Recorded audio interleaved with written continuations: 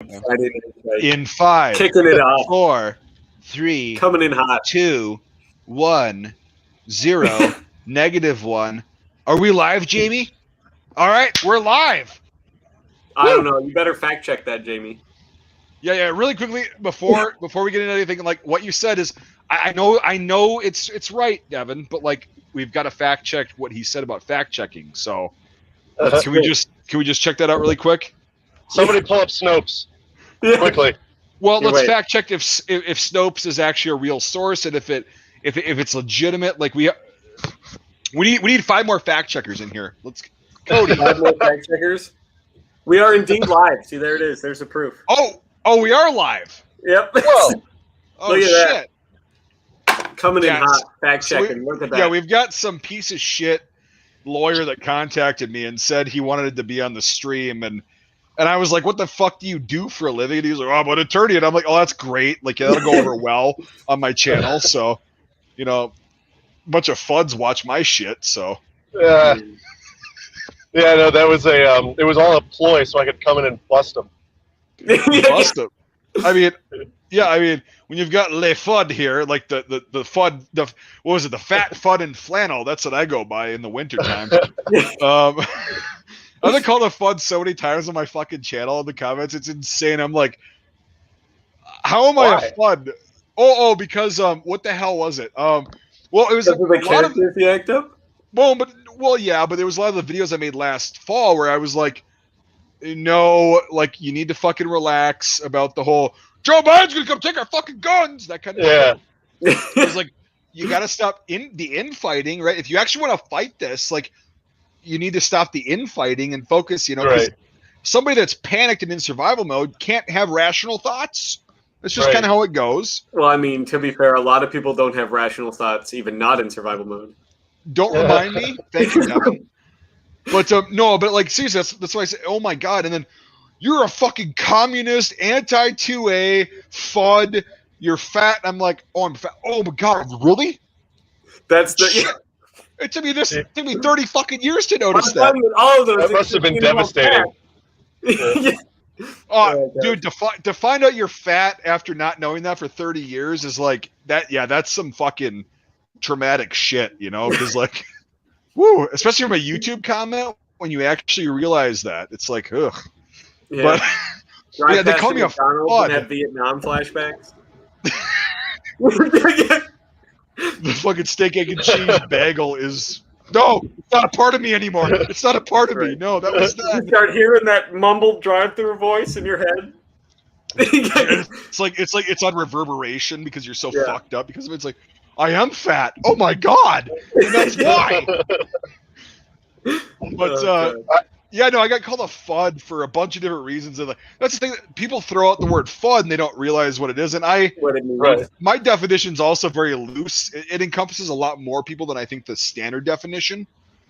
I just view it as somebody that owns a firearm that, I don't know, when I used to shoot Trap League, for example, we'll just go with this, a couple years ago, I used my Benelli M1014. I had a target choke in the end.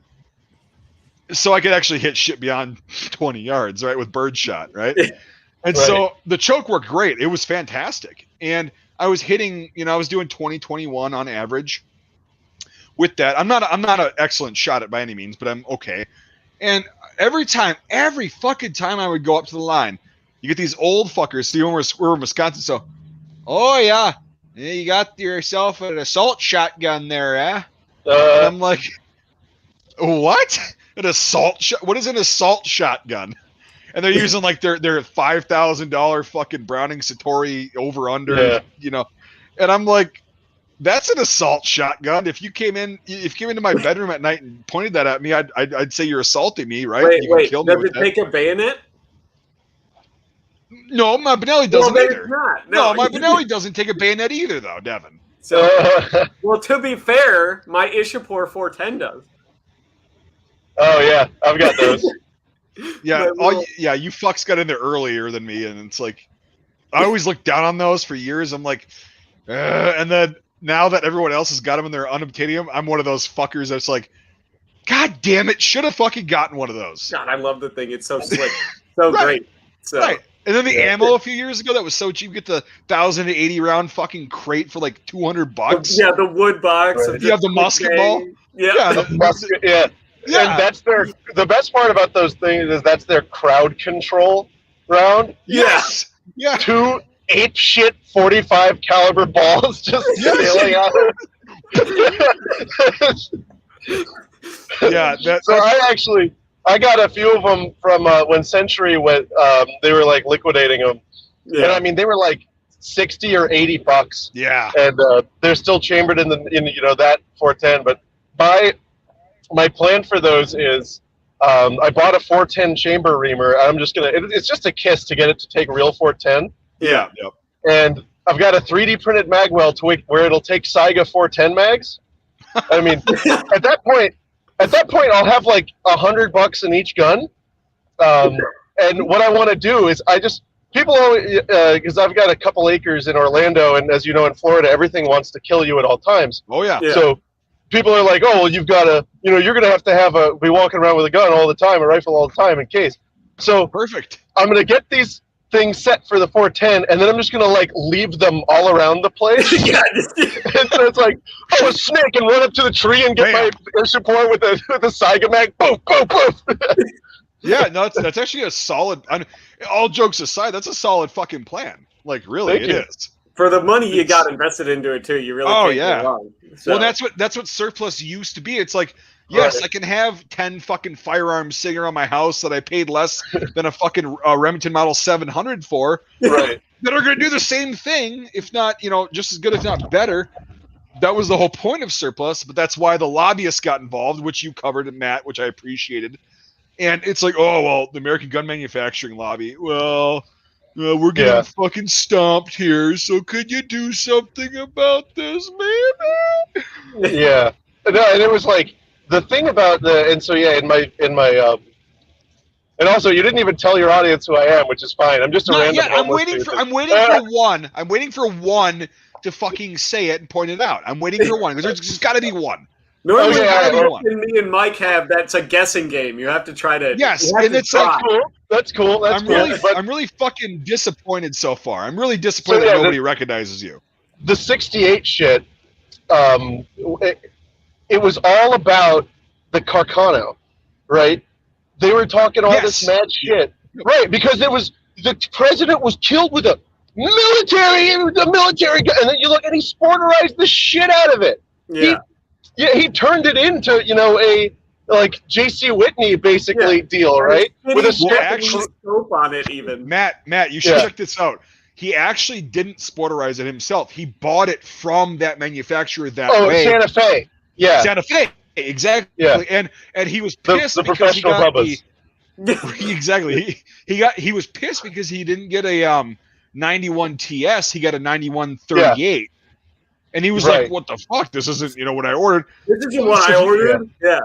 It was like, that is. I love that tidbit. Yeah, that reminds me. There's. Go on. It's fucked up because. We're good. Oh, that reminds me. One time, I was suddenly at a place. I was hanging out with my friends. They're like, "Oh, we're going to this Halloween costume party. What's your costume?" And I look in the trunk of my car, and I've got a flannel and a Carcano TS. Yes, do it. No, I didn't plan it. I just had it, and I was like, "Well, shit. Let's see if anybody notices." And one person at the party, because it was a bunch of people. I used to work for the Cato Institute, so it was a bunch of libertarians. They're like, "Are you Lee Harvey Oswald?" And I was like, "Yes, yes." Excuse me. Do you know which way to the book depository? Oh gosh! I'm gonna grab a quick bite to eat, and I'll see you guys later. Yeah. Oh shit! Yeah. Apparently, you're from the Military Arms Channel, right? That's what one of the last comments said. Always. Yeah, you guys want any SVDs? I got tons of them.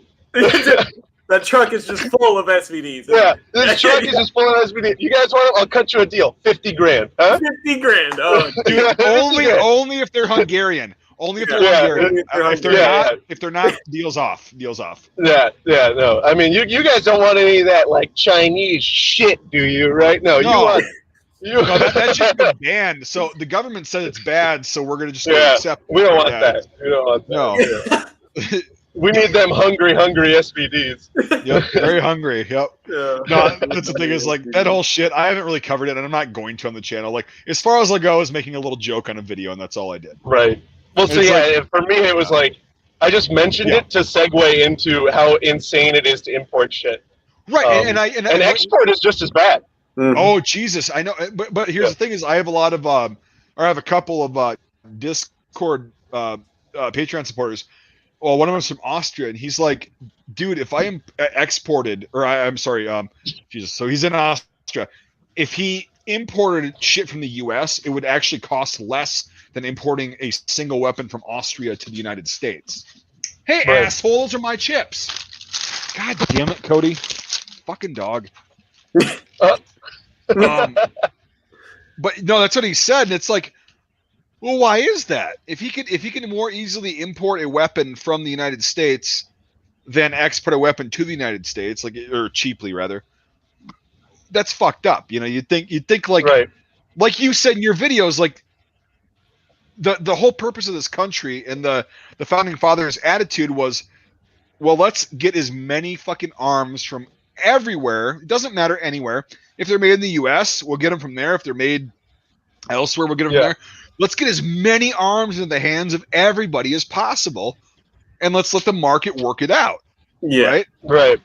That's how it was for actually quite a few years. Well, is it one of those dumb things where like every other country treats suppressors as like a way of like protecting hearing, and the United States thinks people are going to use them to kill each other?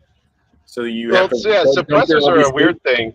Yeah, they just like added it to the NFA randomly. Yeah, there wasn't even any discussion of it. Yep, it was last minute. Because I'm working on a video on NFA history, and there's a lot of history. It's really hard to get. And I was reading all this shit, all this congressional testimony. They don't fucking talk about suppressors. No, it was like I think it was the last couple days. They were like, oh, and also, so I don't know what happened. Like, I haven't researched it that much. But it's like, did something happen, or did somebody know somebody that got assassinated, or most likely assassinated with the use of who knows what went on? But it was so last minute. It's like that's very suspicious. Like why? Yeah. But I mean, I just think it's funny that every other country, like you can do like some of them, you don't even need to do anything. You could go buy a suppressor like over the counter. Yeah, I have a buddy. Hearing protection, like this is just preserving people's hearing. I have a buddy who he was an immigrant. He lives here now and everything, and he had all of these firearms in this European country. I don't want to say where because I don't want to narrow it down. It's all good. He realizes that these are not considered firearms in the U.S. So I'm just going to bring all of these guns with me. And so he brought them all with him, no problem. And then he also but those he brought later. When he first came here, he just had in his checked luggage his suppressors. He just put them in. Yeah.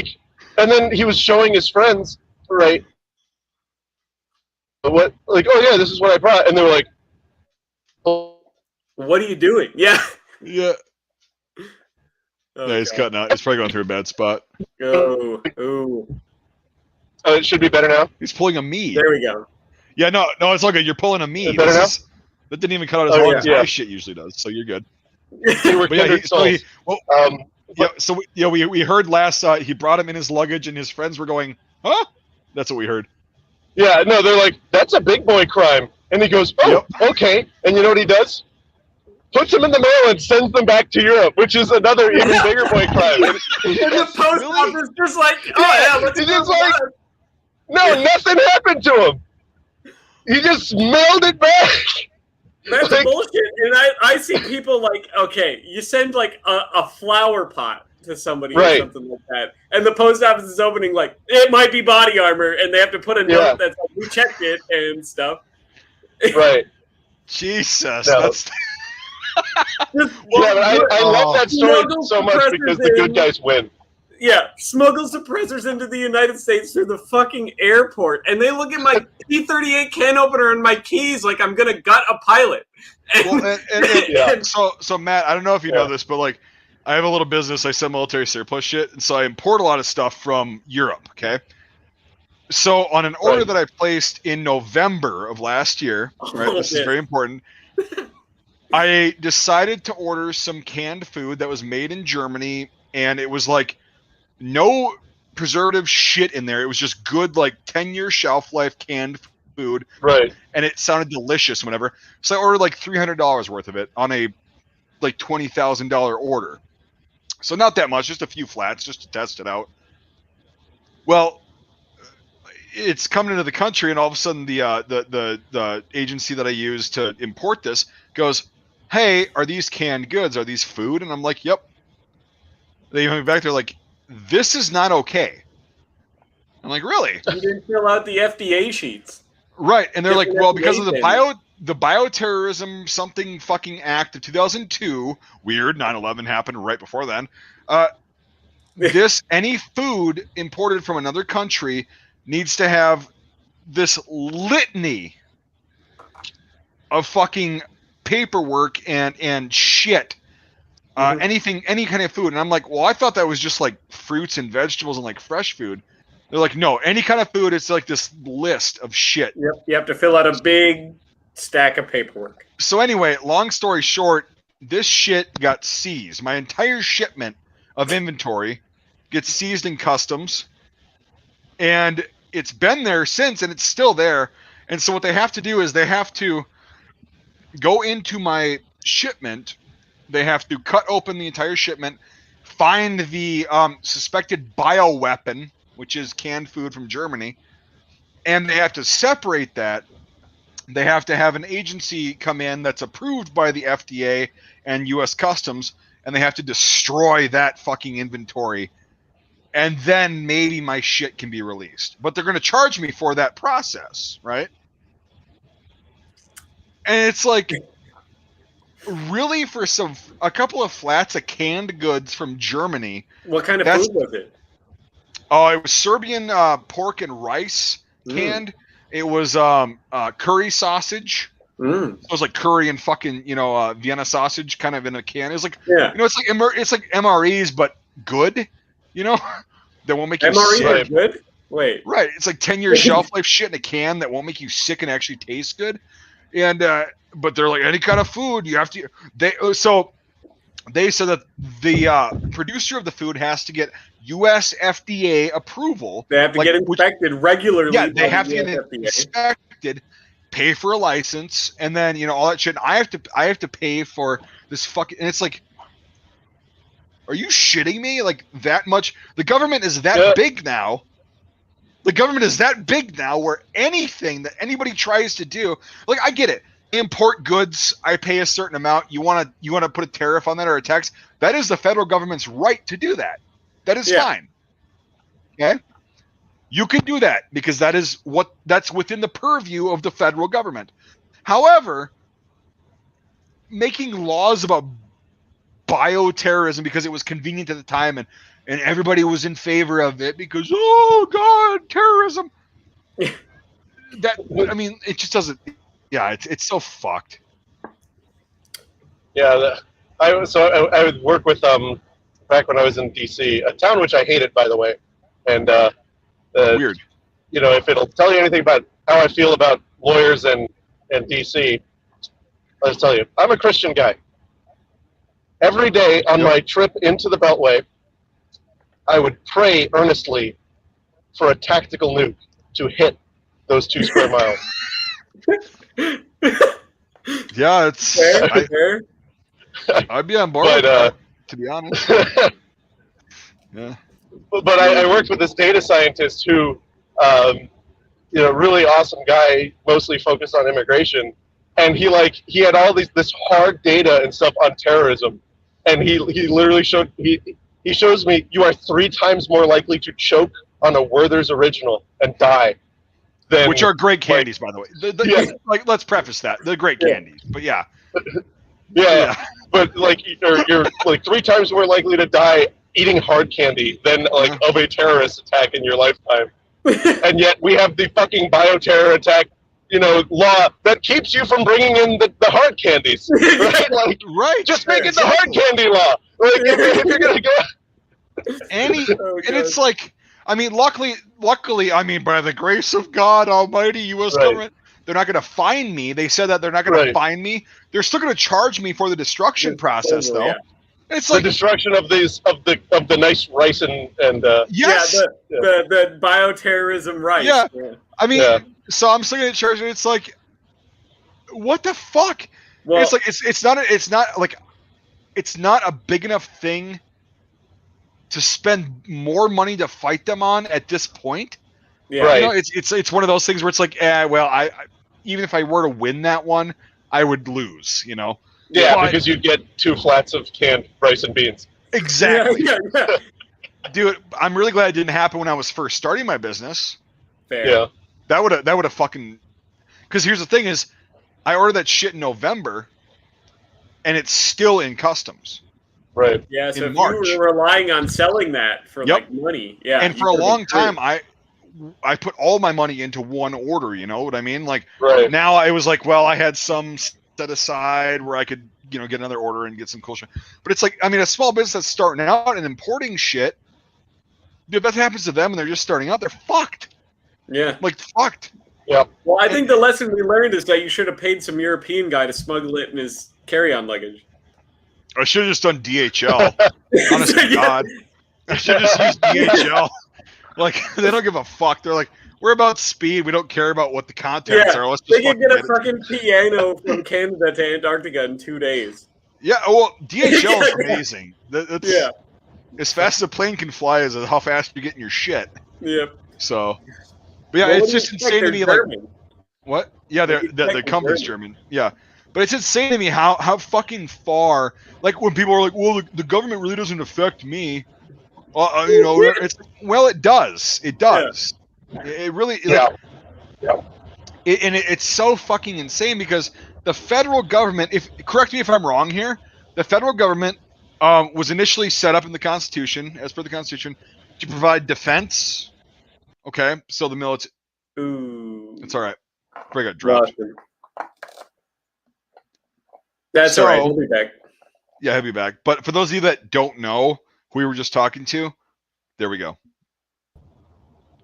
Welcome back. I thought you were just testing me, like, I have the power, bitch. To provide defense. Way to make Mike look stupid. Yeah. To provide defense to the military, right? And they were supposed to regulate interstate commerce and issues, or is that 2 separate issues, or is that the same? Well, one. So you're talking about Article 1, Section 8, which lists the power of the newly formed federal government. And it is to make regular commerce between the several states and with the Indian nations. So it's to keep the states from fucking each other. Exactly. It's to keep them. It's literally because under the Articles of Confederation, some states were like, hey, let's tax all of Georgia's shit. And then, and then fucked everything up. So interstate commerce, to impose tariffs on international trade, correct? My verbiage might be off. My verbiage. It's in a different section. Well, they can decide to put tariffs on foreign stuff or not, right? That's an option. It's not required, right? Like they can decide who they're going to tariff from foreign countries. Oh God, why is my connection so dog shit right now? Because you're driving. Because you're driving and you're in Florida. I mean. Yeah, I'm going through the swamp bog, but can you guys hear me okay? Yes. Yeah. We can hear you just fine, yep. Oh, now I can hear you just fine too. But the point is Article 1, Section 8 sets up such limited fucking powers. It's ridiculous. It was designed, and the prevailing theory at the time was that the average person should have no fucking clue what the federal government is or does. Yeah. You'll never see them. You'll never have to interact with them. Yeah. Right. Yep. It's only for when shit goes tits up. Yeah. And then you get it. Yeah. And I just wish that somehow, but it's. I mean, I understand it's the pragmatic part of me is like, yeah, well, it's never gonna fucking happen. But it's like, well, dude, I wish here's the thing.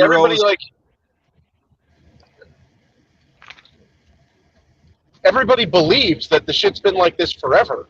No, but it's not the case. No, it hasn't. It's recent. No, yeah, it was the 30s that they were like, well, we want to have, all this bullshit and a bread in every garage and a car on every table, right? They were saying all that shit, right? Well, and everyone was saying things where once again people are willing to trade freedom for security because of the fucking economic crisis that went on. People were hungry and starving, right? Right, which was on its way out until they went and shit it up again. Yeah. But yeah, and so they were just like, they were ramming all this shit through, and then the Supreme Court just decided it was going to save it to prevent FDR from stacking the court. Yep. And so they just took the Commerce Clause, which is again one little line in that Article 1, Section 8, which is, again, it's designed to prevent states from taxing each other, and they lubed it up real good and just shoved their whole fist into it. And that's everything that we've got now. Like, you'd think that if they had designed the government for everything to come through one stupid clause, why would they have listed the other things? They would have just said, they would have just wrote the do whatever the fuck you want clause. Yeah, right? Pretty much. Yeah. Well, like, they have a specific clause for navigable waters, right? Like, they obviously were being yeah. So, Matt, I would actually not argue with you, but I would just state that I think this started in the early 1900s and the 1910s, specifically with the passage of the, don't quote me, I'm horrible at remembering this shit, amendment with income tax. Yeah, well, I mean, that started in the Civil War. No, it started, but it was actually passed, and like it became a thing. In 1911, it was passed, and then 1913, it was ratified. Correct me if I'm wrong. Yeah, well, at some point in that old times. But it was early at least on. Back then. Yeah. Right, but here's the thing: at least back then, they actually thought to amend the Constitution. Nowadays, they would just sit there and draw something up and vote on it and a bunch of other shit. Yeah, at least they went through all the hoops. Right. Yeah, and then at the time of the NFA, they said that if they were going to... The reason the NFA had this registration shit, by the way, is because they thought... They even openly said, if we're going to actually ban machine guns, we'd have to amend the Constitution. Yep. And then 1986, they're like, we can do a voice vote at midnight. Yeah. We could get 6 guys, to come in. Yeah. So, when I liked what you said about the, just an example, it's more recent, of the starting with HW, with the import bans, ban the import of certain firearms from certain countries and all this shit. Yeah. It was, and I actually didn't know this, that's why I appreciate your videos, is like, when it's based on a handshake and a memorandum, right, and the entire fucking nation abides by it, including the ATF. I mean, that's a big deal. There's a problem there, like that. And how has it not been? And I'm sure it's been questioned, and I'm sure it's been challenged. But it's like not properly. I don't know. Not half-assed attempts, but So the problem is that the big industry people they just don't feel it's in their best interest to actually challenge some of these regs, that there's actually really good colorable ground to challenge, because it hurts their bottom line. They need to get the shipment in now. They'd rather bend over and take it. And it's like, you can't be too mad at them for that, but like, no. You think, it's like, but be real, Century Arms, you think they're going to like hold up $8 million of AKs so they can fight for? Yeah, no, they're not going to do that. And they're going to take $8 million. Right. Yeah.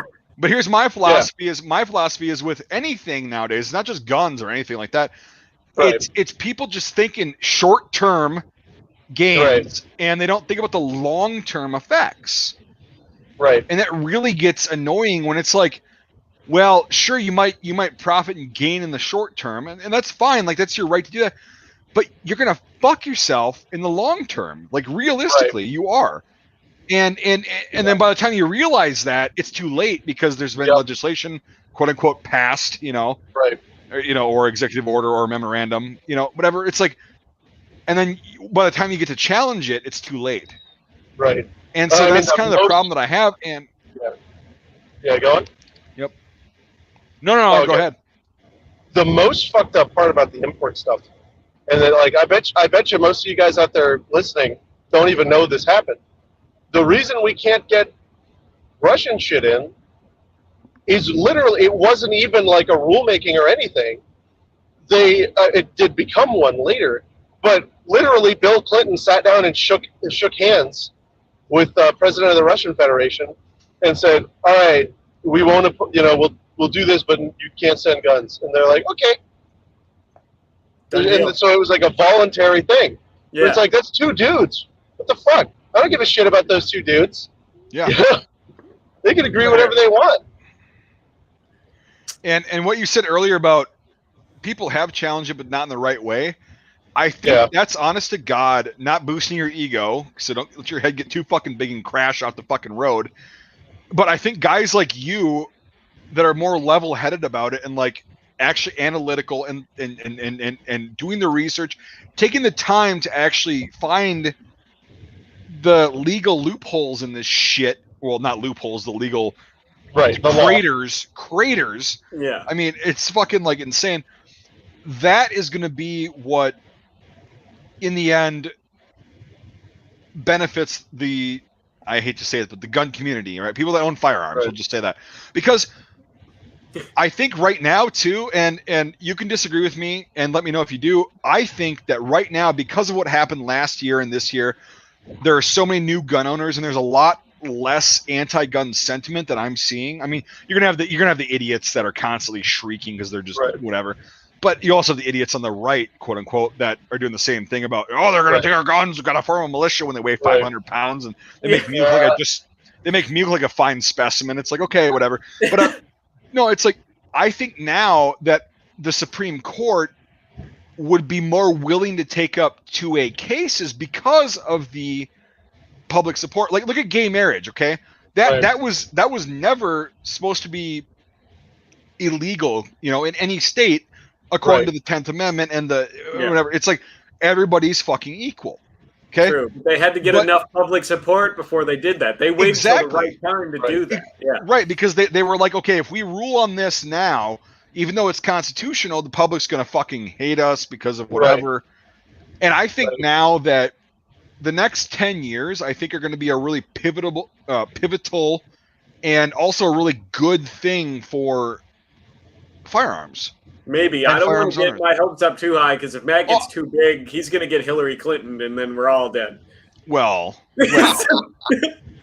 That's that simple. Hillary Clinton's just got to make an accident happen, and commit suicide with 3 shots to the back of the head, well placed. Yeah, pretty much. Yeah. Well, I mean, I do drive a beat up old pickup truck, so maybe that's my. You're fucking racist, man! Oh my god. You live in Florida, drive an old pickup truck. Jesus. What I heard is that Matt is a guy that wants to oppose the government on gun laws, and he drives an unreliable pickup truck. Uh-oh. So, you tell my 95 Chevy to its face that it's unreliable. You tell it that. Okay. Well, so here's something that somebody. Help. Yeah. Devin, I'm sorry to interrupt you, man. But this comes up in my comments all the time, and somebody just fucking said it again. All these Canadian people, which you're okay, you guys are the head of the United States, whatever. We like you, kind of. So what happened up there last? What happened up there last year and this year with their gun shit? They're like, oh, it's gonna happen to you. Just look at what things to come. And I'm like, here's the thing: in your Constitution, you do not have. There's no Second Amendment in Canada. You do not have an enumerated right that says you have the right to bear arms, and that's what differentiates us from. I think. I actually don't know this, so I'm going to ask you, Matt. I think we're the only country in the world that actually has that written into our Constitution. Yeah, there are other countries that are working on it. there's some countries that are coming close.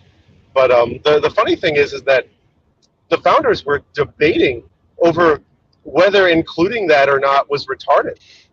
Yeah, And exactly. It was because even the French at the time of the founding, like French legal scholars would talk about like, oh, well, things that are obviously beyond the scope of the government are, arms for self-defense. Like, it was like insane. No brainer. Right? Like, nobody's ever going to contest it. Yeah.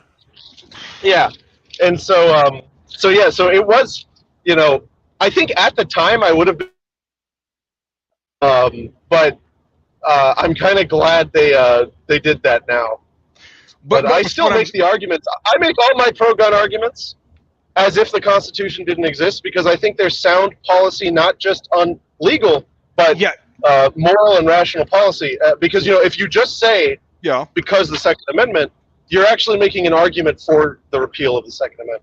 Correct. Yeah. That's a really good that's a really good fucking point, because, and that's another thing that I want to get away from is like this Second Amendment, and it's like as soon as you say the Second Amendment says, there's a large portion of the not a large, but a portion of the population that immediately like bam, it's shut off. There's a wall up. And it's like this guy's unreasonable. He can't. Right, and it's a stereotype, but every stereotype has got some fucking factual basis behind it. And so, no, that's a really good point you brought up. Is it's a moral thing? Like, do you think it's okay to kill somebody? Well, no. Right. Do you think it's okay to let somebody kill you and your family? No. Yeah. Right. So would you rather have the ability and the right to defend yourself?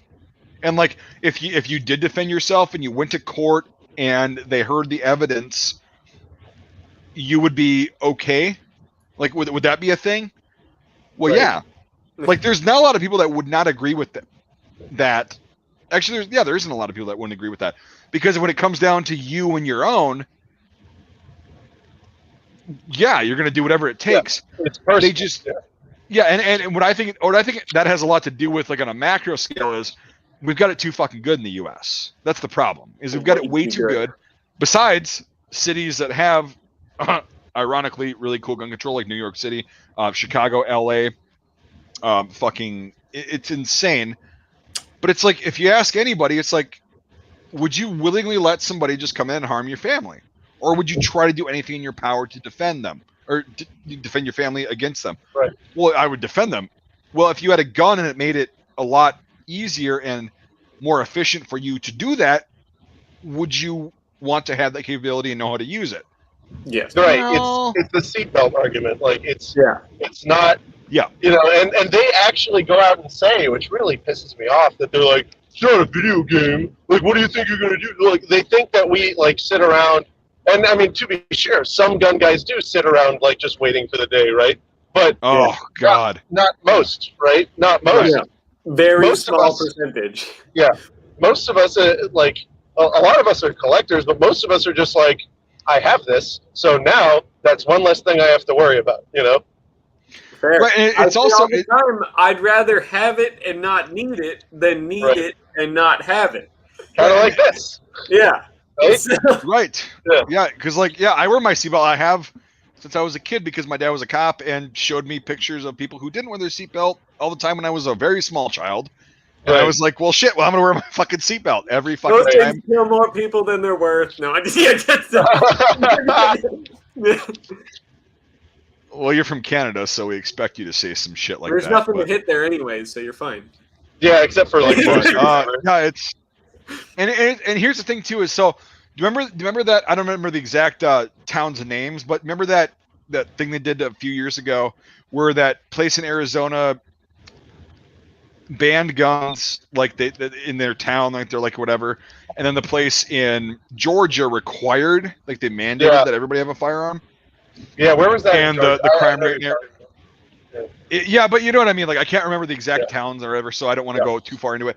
But bottom line is, long story short, the city in Arizona, their violent crime went up, and their victimization, burglaries, and all that shit, armed robberies, and the town in Georgia's went down. However, my overall like macro analysis of that whole thing was, A, why are you banning guns? B, why are you mandating guns? Yeah.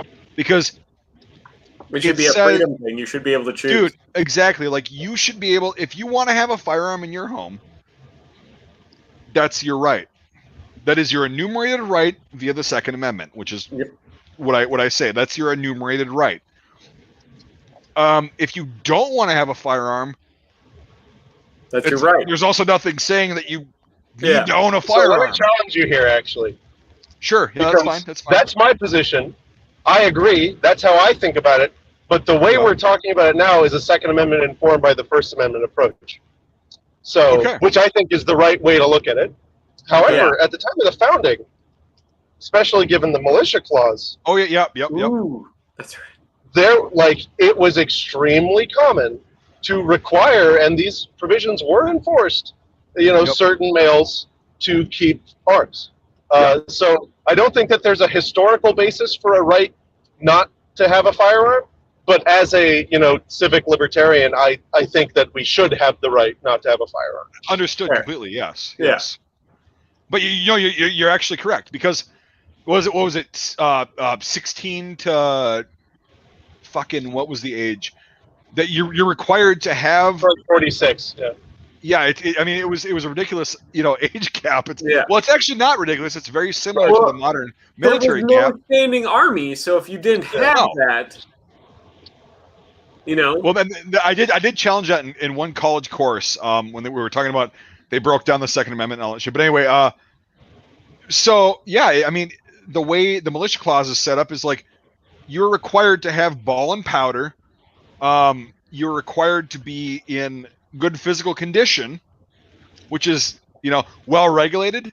Doesn't just mean you have all these guns and ammo. Right. It means I'm not well regulated. Devin's not well regulated. We're not in good shape. We're not in good, we'd require a couple weeks to get in decent shape. And but that clause, it specifically says, you need to be fucking there and on time if need be, and here's how you do that. Right. And that, so yes. And the term regulated then meant made regular. And so that would mean, it would mean that there are routine practices, routine drills. You show up here. Yep. And it's the modern day equivalent. Don't interrupt me, because I'm going to finish. The modern day equivalent of the National Guard, but that's how the citizens militia was at the time. It's like, you're required to show up as a citizen. You're expected to show up and not get paid for it, mind you. This is a civic duty. Right. You're required to. But like the National Guard drills, nowadays is like 1 week in a month, 2 weeks a year they go do their training and they get paid for it. That's how it was for citizens, not paid. You're expected to do that. So, they weren't instantly federalized and just turned into cannon fodder for the army. Well, that actually didn't happen. That actually didn't happen until the First World War. You know that, right? Yeah, for sure. Yeah, well, that's when everything started getting shit up. Yep, exactly. 1911. I would say the country was fucked in 1911. It was fucked a little bit before then, but it was fought against more. Yeah. And it was like challenged a lot more, because I think the Civil War was the beginning of the end for the United States. Well, that's my opinion. Around 1911, that's when we saw the behavior and the modesty of the average American change so much. Yes. You have these, and it's really interesting, because the average American wasn't really hit by it yet. They were still very modest and very reserved and just nice. And all of the accounts you hear from French, German, British soldiers in World War I who interact with Americans, they're just like, these are like the weirdest people I've ever met in my life. They like, please and thank you, everything. They're like, oh, how'd you make that? Where did that come from? Well, even in the First World War, if you read the accounts of Allied and Central Power soldiers of what they thought about the Americans, it was the exact same way. Right. I think the First World War was the catalyst of really fucking over society. Not the government, because the government had already started being fucked over at that point. Yeah. But society, after the First World War, it gets a little bit more fractured. It gets a little bit more Well, okay. Well, let's just bring back the duel then, and then people are going to need to die for their right for what they believe in. And then in a year or two, it'll sort itself out, and everyone will either get along or be dead. It's funny because duels were illegal too, and then Alexander Hamilton gets put on the $10 fucking bill. Well, actually, I don't think duels are like constitutionally illegal. I think that was left up to the states, and there's actually a few states that don't have a ban on the duel. Yeah, in Florida, there's still a process that you can use to get a duel, but just no judge will sign it. Yeah, well, there's also a provision saying that, like, if you partake in the practice of dueling, you shall not hold public office or any position of profit. Pretty much. You're going to be known as a bad person if you partake in a duel. Yeah. So let's understand. I mean, then people stop being so. It's so fucking. You have to be willing to die for what you believe in. So you're really fucking German at heart. You're really German at heart, Devin. Die for what you believe in, or keep your mouth shut. One of the two. Right. Yeah. But no, I mean it's some really good points to just think about. Like, it's yeah, isn't it so nice that we can all just sit together and agree and solve the world's problems? That'd be great. Well, no, we are going to solve the world's problems. I'm not shitting you. Like, this is how we start. This is how we start. You get people extremes by letting them fight, dude. Okay, so I'll just do a weird fucking thing, and Devin's heard this before. So Matt, do you know how many people showed up at Karl Marx's funeral? I actually don't. 6. Okay, I didn't know that. And his ideology obviously spread. Mm-hmm. Right. Okay. So we can actually change the world. And like we're focusing on a very niche thing like gun rights and all that shit. But when you expand on that, it's just constitutional rights in general and human rights and civil rights. It's not just about, oh, I want to own this kind of gun, so I'm gonna fucking sue the government because I want to own a machine gun. No, it's about. I don't know what you're talking about, but that's what I'm in it for. I know. yeah. Fair. Well, no, you're not, because otherwise you wouldn't be doing what you do. I'm calling your bluff. I'm calling your fucking bluff. But no, it's like people can change the world, and it might be a slow, tedious process. But hey, at least we can fucking try to make a difference. Versus people man, I'm with you. Versus people that just 100%. They sit there and they screech, "Oh, Biden's gonna take our guns." It's like, okay, what are you gonna do about it then? Yeah. What are you gonna do about it? What, like, literally, have you called your local, state, and federal reps and voiced your opinion? Well, I guarantee you 99% of them are no. And it's like, well, and it's like you were saying, the most important thing is just like it was to the Supreme Court is the position of the Overton window, and we can move it because, like, actually logically we're right. Absolutely, and legally we're right. Right, and so if we can just get our shit together for long enough to actually make some intelligent points and bring people over, you know, that's what counts. Absolutely. And I think we're doing pretty good so far, because what was it, 2020, more firearms were bought than any other year in the United States, and a lot of those were new gun owners. Oh no, dude! I mean, yeah, we've got me and my buddy have a shop, and it's like a little private hole in the wall thing. But people were coming in, and I was like, "Wait a minute, I know you." You know, it's like, yep. Like, these were people that have told me before that, like, they would never ever think about owning one. And so I think that's the biggest change, is that now the ability of the average person to say, "I don't know why you would ever want that," is gone for like 10 years.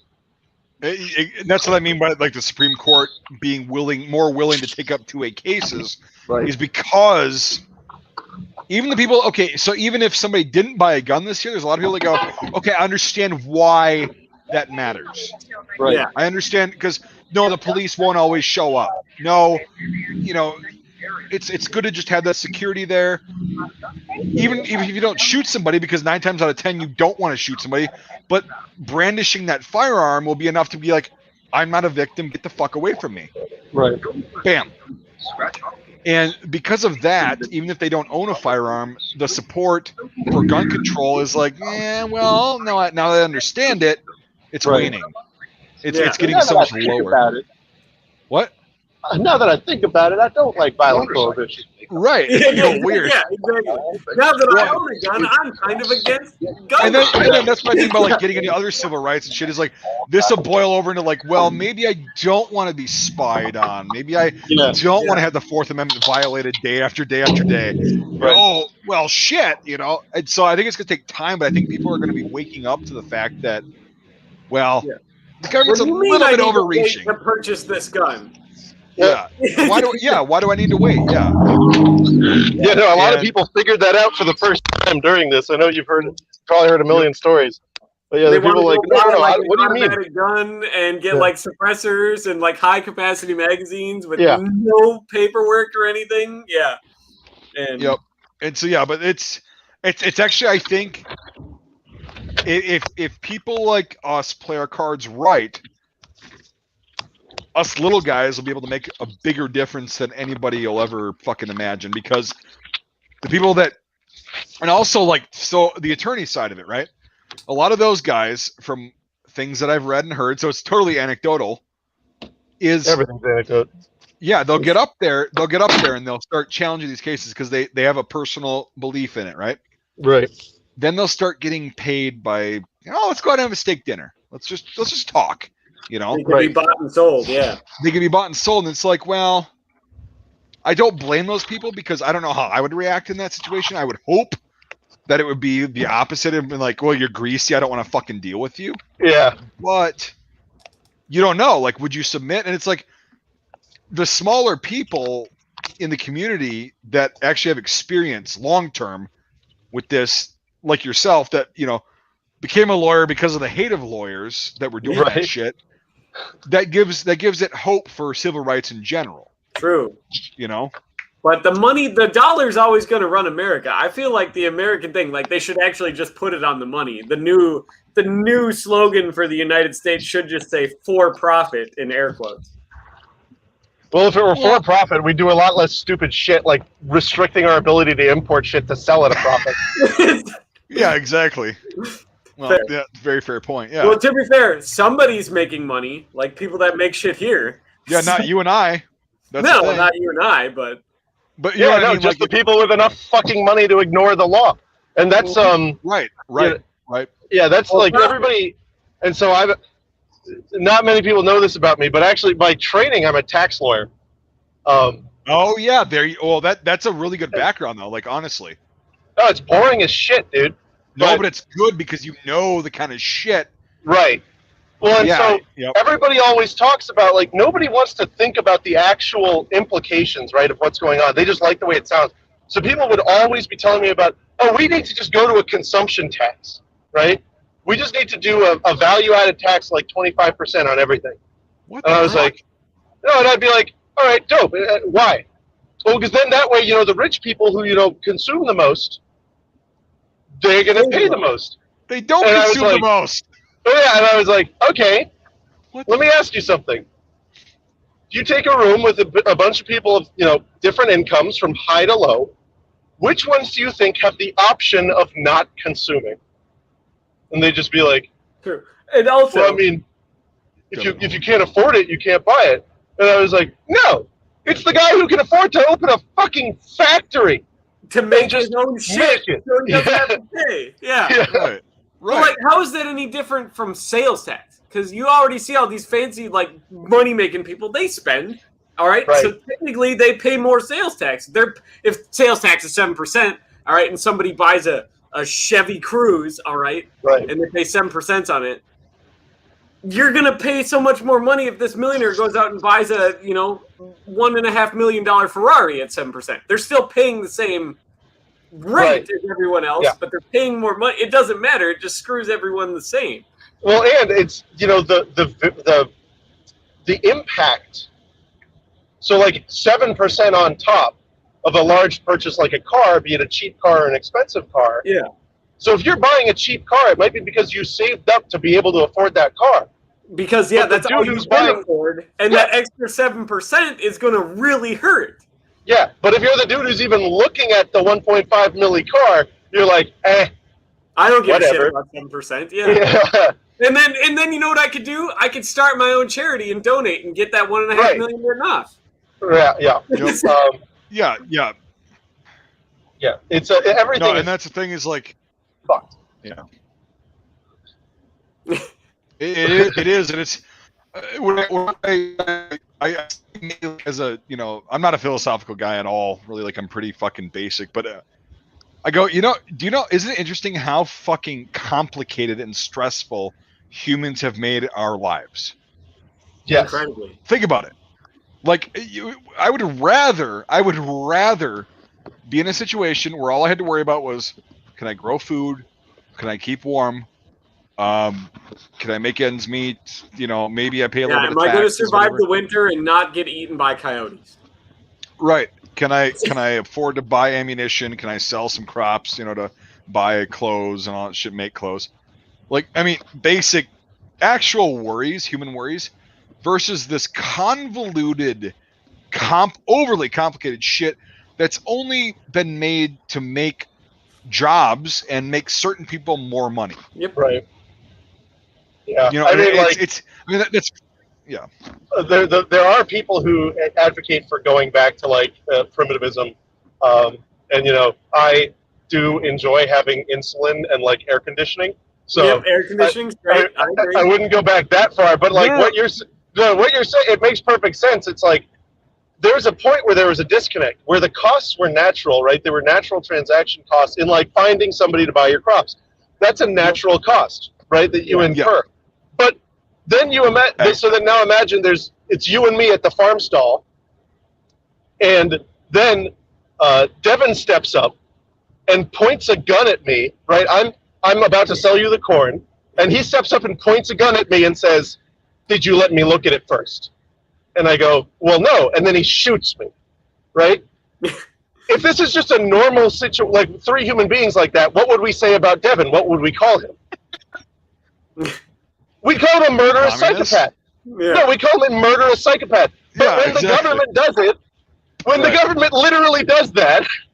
Oh yeah, it's okay. I know. It's just that, yeah, and it's insane. Like, so I'm getting fucked. Well, I mean, I'm not getting fucked, I guess, because I made a decent amount last year because I worked my ass off. I owe quite a bit in fucking federal and state income taxes this year, and sales and use for the state of Wisconsin. It is a good fucking chunk of what I brought in last year, and it's like, so where is the cutoff where you're not being disincentivized to make money? Like, where is that cutoff where you've got enough to buy off the government? Like, holy fuck, That's called the Laffer curve. Yeah. No, it is, and it's been studied that there is a point of taxation where people will just stop doing anything, and we're dangerously close to it. Well, I'm not one of those. I'm actually going to keep pushing. Afford to pay their taxes. Like if I didn't do so much charity through my job this year, I mean, granted, I have to pay in taxes every year because just how it is. But it would have been a really huge hit. It would have been like a month's worth of income to pay in if I didn't do all this extra fucking charity work throughout the year. And you think I just have an extra month's worth of fucking salary laying around? Oh, dude, the IRS hit me out of nowhere and telling me that for 2018, which is a year where I made like kibbles and bits, right? Yeah. That I owed them $20,000. Yeah. And I was like, how the shit did you even get that number? Like, where is it from? And they like wouldn't talk to me. And then I actually sat there. So I filed a case and everything. And finally come to find out, they just shit up my paperwork. And it took 2 years for them to figure it out. An error. Somebody didn't carry a 1 or something. And they're like $20,000. Yeah. And then they're like, oh no, you actually owe $2,000. And I was like, oh geez. Well, how did you do that? Like, yeah, you know what's really fucked up too. Not wanting to like too far into it, but the only reason the IRS he says as he dives too far into it. Yes, exactly. Well, you know exactly what I'm going to say. I'm just doing it. Go on, do it. Do it. The IRS is a private fucking, and just like the Federal Reserve is a private bank, the IRS is a private fucking organization that contracts with the government, which is the only fucking way they could get away. They're allowed to do what they do. Yeah. Right. And it's like, okay. That's good, I guess. Like, to be fair, loopholes. Oh, Jesus Christ. Like, dude, like, it's insanity. But anyway, we're gonna fight them. I'm not gonna fight them because I don't want to go to law school and waste my time again. I think we just gotta buddy up to Russia for that tactical nuke to hit DC. Russia's not gonna do that shit. They got problems. China will. Yeah, they can't afford it. China will do it.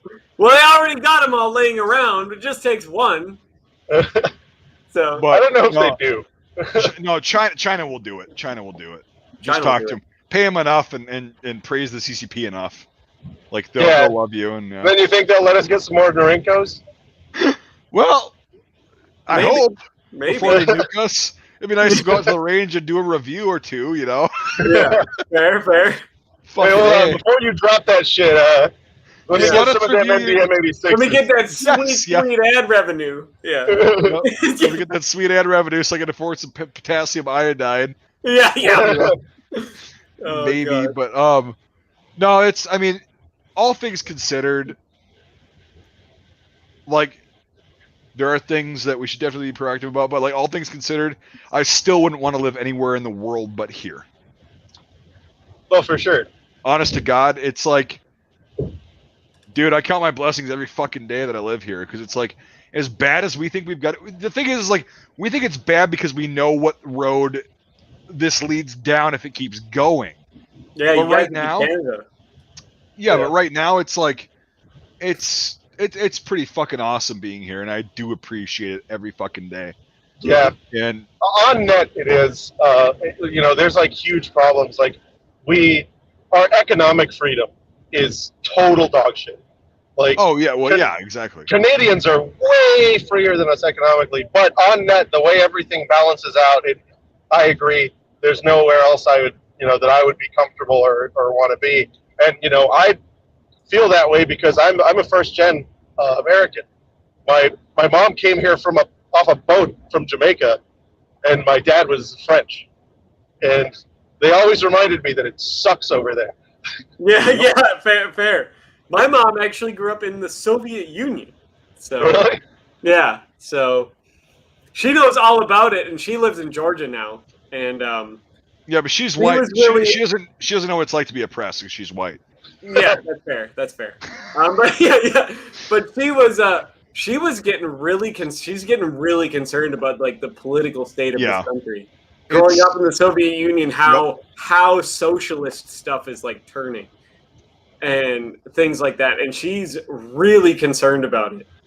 Incredibly concerned about it. And she used to live in Florida, actually, down with where all the Cubans live, who also fled communism and oppression and crap. And she lived in Miami? A little bit further south than that, way down in the Keys, but okay. And she doesn't like where this country's going because she's like seeing it turn into the Soviet Union little by little. But here's something to just say though to all these people that are going to be like, kind of like, they're on the same page, but when we say this shit, it is still really far off. Like there is time.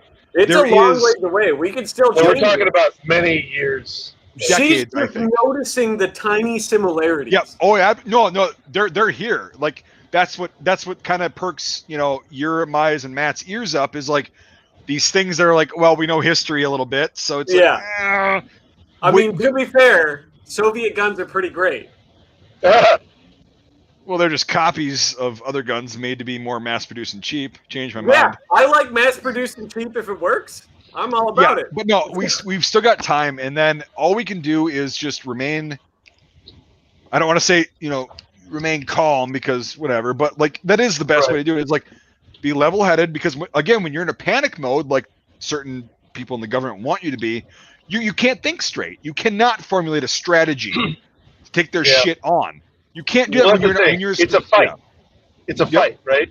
And when you're in a fight, you need to know what your opponent is gonna do next, but you also need to know what he's not gonna do, right? He might he might fake you out, right? And so when you're sitting there shitting your fucking pants over HR 127 for 3 weeks straight, you mouth breather, right? Like, what did you do? Did you move the needle? No, you just shit your pants. Now you look stupid and you smell bad. 223 ammo. And the HR, the fucking the other ones, the little ones you were talking about. Yeah. That is actually, like you said, more concerning because well, so I can't just sell a gun to my fucking neighbor or give a gun to my neighbor. Yeah, I'm so concerned about all that little shit they're writing into other stuff. Well, and that's what, the worst one is. Yeah. The fucking the 21 and up things. Oh, for rifles, dude. But it's been done with tobacco. Yeah. No, they just did that out of nowhere. Well, then raise the fucking draft age to 21. Then how about that? Right. If you want to be really fucking fair, Mr. Fed, raise the draft age and selective service age to 21. Right. Oh, but you won't do that because young impressionable fucking idiot kids like I was will join the military and fucking flock to it because and do whatever you say without questioning. Exactly. And it's that's a deep subject, but well, yeah, that's what they used to say that when you were 25, you were too old to make the judgments necessary for a fighter pilot back in the day. Yeah. Weird. Yeah, because they needed dumb young kids to be able to do that shit and die because it was just so fucking. You gotta have a certain amount of zealotry with it yet. Right. It doesn't come with a fully formed brain. Right. Night Trace, thanks for the super chat. Shit, did we get any other super chats? I don't think so. Night Trace is my buddy. Oh, Night Trace is your buddy. Oh, I saw that in your server. That's right. You can be drafted at 18 to go die, for Mr. Fed, but can't drink a beer or buy your own gun. Dude, when I got back from Iraq, I was 18 years old and I could not legally drink. And I could not buy a handgun. Right. It was then here in Florida, well, check this out. They fucking, after the Marjorie Stoneman Douglas thing, all of the Florida Republicans wanted to do something. So they jammed forward this dog shit bill. And one of the things it does is it raises the age to buy any firearm to 21. Yeah. I heard about. Yeah, it's Jesus and Christ. So people might be thinking, a lot of y'all might be thinking like, but that doesn't really like make that much of a difference. Well, check this out. I probably wouldn't be doing what I'm doing if on my 18th birthday I wasn't sitting there I was at Palm Beach State College and I was like, you know what? I wanna do something today, and I went to Palm Beach. I'm not going to plug them because they're a piece of shit company. But I went to this piece of shit gun store in Palm Beach, and I bought an M1 Carbine on my 18th birthday. Excellent. And that probably shaped who I am as a human being. And by the time I was 21, I would have already been being spoon-fed all this hyper progressive shit, right? So what are the chances that on my 21st birthday? On my 21st birthday, I just wanted to get drunk, so that would have changed. Oh, yeah. It would have changed. That's going to fuck shit up. It's going to fuck shit up a lot in this state of Florida because you are going to have so many fewer people who have that deep personal connection to firearms. I became a man around firearms. They didn't make me become a man, but when I made the transition from boy into man, there were firearms in my life. I want a gun. Yeah. Yep, and that's the thing is it does make you feel better because you also I've been around firearms since I was 7 years old, and it made me feel so much more confident and responsible when I was around a situation where there was people that didn't know about firearms. It's we're at somebody's house, they have a gun out, and it's well, I know how to handle that safely. I'll see if it's loaded and I'll put it away, so nobody gets hurt. Right. It's oh God, it's just this fucking power that you have, but it's not really this. Oh, I'm a Superman thing. It's just it's a confidence thing that. Yeah, and what it's fucked up is it's forbidden knowledge. Yeah. I think everybody should at least have a basic knowledge of how these tools work. Right. And they used to teach firearm safety in schools. In school, yeah. In the 80s, that kind of went away. Yep. Yeah. In the U.S., my dad, they used to bring their rifles to school. They used to have them in their trucks, and they used to bring them in during lunch hour and clean them for a class to get credit for it. And it was like, okay. And it's funny because there were actually, I forgot exactly what year and all that shit, but there was some threats of schools being shot up in the late 60s and early 70s.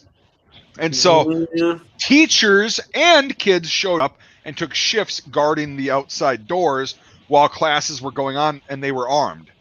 And guess what? Those schools never got hit. Fair. And that wasn't just one, that was multiple. Because, I mean, the 70s were a turbulent time. Like, people don't realize that. The U.S. in the 70s... Vietnam? No, not just Vietnam. I'm talking back home socially. Like, yeah. After the fallout of the 60s, like, socially, there was a lot of crime in the 70s. Like, it was a big, huge transition period. Look at what happened in the 60s. Well, that's when we started waging the war on drugs. Revolution that happened. Yeah, the war on drugs in the late 70s, it was through the 80s. Late 80s, it really took off. In early 90s, it was like, whoa. Yeah, I know. And that was because they realized drugs were winning really, really. I don't know about you, but I fought an entire war where we were literally using tanks to guard opium fields that were going to be sent to the United States. So, well, I mean, which is worse, Devin? You were guarding opium fields. I was guarding oil fields. I mean, depends. I mean, you think about it, Afghanistan, Iraq, like, which, I mean, pick your poison, bud. Yeah, true. I guess at least you feel good when you're fucking high on H. Like, that's true. Jesus. Well, to be fair, if you take enough opium, you don't feel anything. You can do it. That's what I mean. Like, yeah, you oil get hit by a truck sick. Fueled by oil from Iraq and not know about shit. It. Yeah. I mean, there you go. So I guess Iraq was worse. We'll just call it that right now. But no, I mean, and that also government fucking overreach and misjudgment terribly. Whatever. No. So we have a lot to cover in our future streams. Then it seems, Matt. Yeah, dude, I'm down to come on anytime. Yep. Maybe next time from my fixed office and not my rolling one. With your very jealousy of me making fucking collection, you've got you don't have the numbers on the wall, but you've got the quality, which I guess if I traded about 3/4 of my collection, I could afford to pay for what you've got just on your wall. But I've got the more fun. Sometimes I wonder if I'm flexing too hard. No, maybe I'll take it down. No. Here's the thing: if you had the quantity that I have on my walls, and it was all like the fucking RSC 17, the fucking show, the fucking the Steyerhahn that you've got that's fucking pimped out. Yeah. If you had an entire room full of that you were showing, maybe I'd bitch about it. But you've got a small wall, and it's fine. That's fine. Yeah, it's a small wall that's it's got like 90% of my really cool shit is on the wall. No, and I'm just giving you shit. Like it's see, I have the numbers, but I have a bunch of like basic shit from around the world, and that's fine. Like that's one part of collecting. It's just I wasn't in a position to ever get that shit. Actually, I wasn't in a position to get a CSR J15 like you have. I don't have a 15. Yeah, I actually don't have the RSC. Oh, that wasn't yours? No, Thias was letting me borrowing it, and it was a really nice picture. So, but I have the 1915. Yeah. But anyway, that's you got the CSRG 15, which on Gunbroker a few years ago, I was still in college, like, because I did the military party for a couple of years and then college, like versus what other people usually do, and so by the time I was in college, and there was one on Gunbroker for $5,800. And I was like, I can't afford this right now. Like, I can't fucking afford it. I just can't. I want it. I mean, if I max out all my shit, took out a loan, I could. But like, and now they're. I've got to get one, but Well, you can sometimes get them for a good deal. So I that's about what I wound up spending on mine. And did you get yours off a Gunbroker? It was on Gunbroker, but it was an auction, and I called the guy, and he actually had read my work, and so he was like, "You need to get this gun," and he took it down. That's probably the same fucking one I was looking at. He's like, "Yeah, I'll give you a deal on it because was this what 2015? 2015? It would have been 18. Oh, okay, never mind. Yeah. Yeah, so that's why it was actually a good deal because the price started climbing. Yeah. Yeah. Sure. And so I was with this girl who I'm not with anymore, and we had been having this conversation where she wanted a ring, and she was being very clear with that. And I kept telling her, well, I don't have the money for, I don't have the money for the ring I want to get you, is what I was saying. Yeah. And then a machine gun comes up on your door? I was at her house. She went out for groceries, and the guy called me back, and we talked. And he's like, you know what? I really like you. I really want you to have this gun. $5,800. And I was just like, deal. And then I hung up the phone. And the phone is in my hand, and she opens the door. And she was like, what did you just buy? And I said, a show shop. And she just looks at me like with dead eyes, and she goes, did you at least get a good deal? And I was like, yeah. That's I mean, okay, so all aspects of that story are fucked. Yeah. In a good way. In a good way. Like the fact that you, and I totally understand why you would do that. That's the problem that's fucked. Is like I would totally but anyway. They make more wedding rings every year. There's no more show shots left. You get a good deal. Like that's quality right there. Yeah. I know you're not with her, but like that's a quality person. Like, did you get a good deal? I just got fucked over hard, but did you get a good deal? Yeah. Fair. Oh, Jesus Christ. Oh, Golden's here now. Look at that. What is up? Good. You're back from work. Again, I remember my first job. It was beautiful. But thank you for the $5, bud. I remember my first job, too. I made coffee, and it sucked. That was your first job? That was my first job. I made coffee, yeah. We could do a big. I made balloon animals. Oh, I wish. No way. That was your first job? Yeah, I worked for a company that was a contractor, and so restaurants during their busy hours would contract for me to go and make balloon animals for the customers. I thought that was a made-up job on Rick and Morty. No, that's a real thing. Yeah. It's Florida, Mike. It's Florida. Florida, man. So, that was my first job, and then after that, it was Advanced Auto Parts. Can you make an alligator out of a balloon? It's probably the most impressive one, right? No. So my most popular one, which would get me the biggest tips, was a monkey climbing a palm tree. That sounds awesome, actually. Yeah. Do you still know how to do all that? Is that like a backup job if lawyering ever doesn't work out? Oh, yeah, for sure. Because, if I ever get my way, there will be no need for lawyers, so I'll need to... take up balloon animal art again? Yeah. Well, I was also a mechanic, so that's a more realistic backup job. That's a more realistic job, yeah, for sure. That's actually a really good, like, a trade. I was an electrician, like most of my viewers don't know. I was an electrician for a couple years. You like chicken? And, yeah. I like chicken. No, definitely got zapped more times than I would like to admit because of it was a couple times because of me being an idiot, but like mostly it was the person that before me worked on whatever fixture or box that I worked on did not give a flying fuck. And I'm like, oh, okay, this doesn't look good at all. Okay. Oh man. Well, I mean, are you really an electrician if you've never been shocked before? Like, no. I do not believe so. It's that oh my god. I have tremendous respect for electricians. Oh, me too. It's insane. Like, oh man, like that shit scared the fuck out of me every day because of that. Like, when you get zapped, like 120 and 110, they hurt. It's uncomfortable. Like it's like oh shit. Yeah. But I was working with 277 and 480. That's a bit more. Yeah. And that when you get hit by that, like. You get hit. Like those bolts really rock you? Yeah. It's like your whole day is shot after that. You're like, I need to go home and take a shower, but I don't want to go. I never feel more terrified than when I'm fucking with 3-phase wires. Dude, 3-phase 480 was the shit that I worked on. Big like fucking spotlights like in car dealerships and shit. The 1,000 watt, the HIDs, and that was 3-phase 480.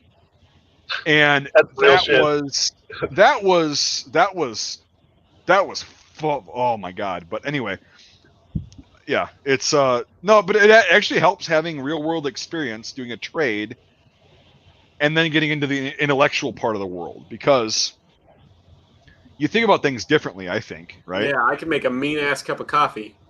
Well, and it caused me to not have any friends in law school. Well, I didn't have a lot of friends in college, so yeah, we're good to go. Yeah. It's all fun and Well, games. it was like they have kids that like balloon animals, right? Well, no, the deal was that they'd all be freaking the fuck out all the time over everything. Like, yeah, I've got this interview with Mayor Brown, and if I don't get this firm job, I'm fucked, and I've got all this.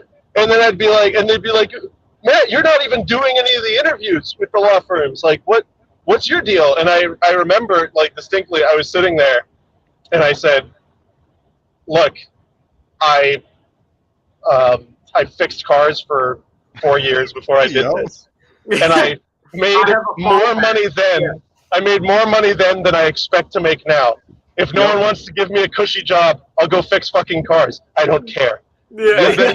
There you go. And that's the thing too. Is like, yeah, because I went through. I have 2 degrees. I have an associate's in criminal justice corrections, and then I have a bachelor's in criminal justice.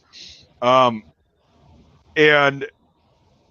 I was also 23 when I started school, because I was in the military, and then and I partied for a couple of years, and then went to school. And these people would be freaking the fuck out, like you were saying. That's why I was like, it's totally right, because they're freaking the fuck out. And I'm like, so this is your introduction to the real world, okay? I get it, all right? But like, my introduction to the real world was not the same, so I'm not gonna freak out. Like, oh my god, we're gonna be doing this today. I'm like, yeah, we're gonna be doing this today. It's not that bad. I'm like, just fucking pay attention, relax. Yep. Like, we'll get through it. It's hard. Calm down. Not a big deal. Yeah. Oh, we're gonna go meet this person. I did a class. I actually did this cool thing called Inside Out, where you actually take a class in a prison with inmates, and there were a lot of people freaking out. I'm like, I want to do this class. I want to fucking get a new perspective from people that I gotta see it from the people that have actually made the mistakes and know how they feel. Right. And I wanted to get so many perspectives on the whole issue as a, whatever. And that was a great experience. And there was one time I remember in that class, it was towards the end, but I got into it with an inmate, right? Like, we had an argument about something, and we got into it, and he got pissed, and I got pissed, and I was like, we were both like, we had our voices raised at each other. Yeah. Okay. And it was like, the entire rest of the class was completely silent looking at us, and I knew that, but we were still, I'm like, no, this has to be fucking said. And so, bam, we did our thing. It lasted for maybe 2 or 3 minutes, but it was heated, right? Yeah.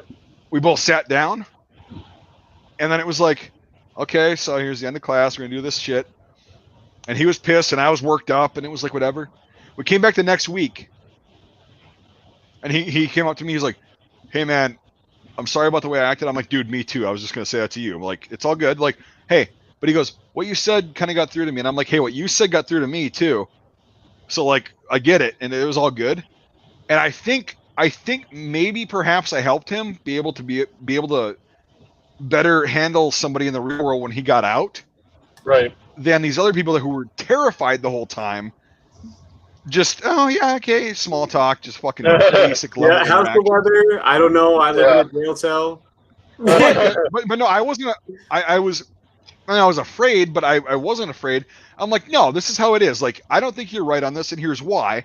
And so we went on, and also like in the last class we did where we actually reflected back on whatever, he said, that one class, me and Mike got into it, and he's like, I was fucking pissed, but he's like, I realized that, he had something to say, and then with all this shit, it was typically, he goes, yeah, so that was really good, and I'm like, and I pitched it, I was like, honest to God, man, I was scared shitless, because if you were to actually physically take me on, you would have fucking won. I don't know how to fight. I don't do the physical shit. Yeah. Right. I'm like, you would have beat my ass. And I'm like, oh shit. I don't want to do that. Like, get your ass kicked, and then he gets in trouble and all that shit. And whatever. Right. But that was the difference, because like the rest of the shit was like, it was baseline, just fucking, it was based on fear. And I thought that actually helped me out of like being able to, because like in the military you have disagreements like that are heated and you're almost coming to blows, and sometimes it does. Never happened with me, but it's like that was my first real world experience, is like settling your disputes right there on scene in person. Yeah. There's no internet, there's no buffer. Yeah, you have to work this, and you also have to rely on this guy to have your back, right? So you have to fucking work this out. And that's what I think, like working in like you said, you were a mechanic. That shit happens in your field too, for fuck's sake. In any real world thing. Yeah. That's why I think college, you should actually have to be older to go to college. That's my opinion. But I think you should have to have some real world experience of dealing with people, not in high school. Right. Before you go to college, because it'll actually make you think for yourself. Fair. Or not just about yourself, right? Well, and exactly. That's a good point too. Well, that's because it's super lucid what that guy said, because he was like, I realized that he had something to say. Yeah, right? Exactly, and that was a good thing. I actually I was like, shit. Well, I don't think I made that much of a difference because I was scared, but I handled it differently. Mm-hmm. But it was like, still, it's just But no, it ended up being really productive, and I hope he's doing well because he was supposed to be out 3 years ago. So I hope he's doing well. But it was a really cool. That was a great class, but I got to see a lot of inexperienced people trying to deal with fear. Right. And it was like, okay, well, I'm glad I did what I did before I went to college. Like, I'm really glad. With the right mindset too. I think people will get kind of like stigmatized against prison for obvious reasons. They weren't, but they just, again, I was also older, so my brain had developed more, and it was like, one of those things. That's the thing is like, I don't know, I didn't feel like an adult really until I was about 28, which is only a couple of years ago. Fair. And that's, so Matt, what do you think about that? About reaching adulthood?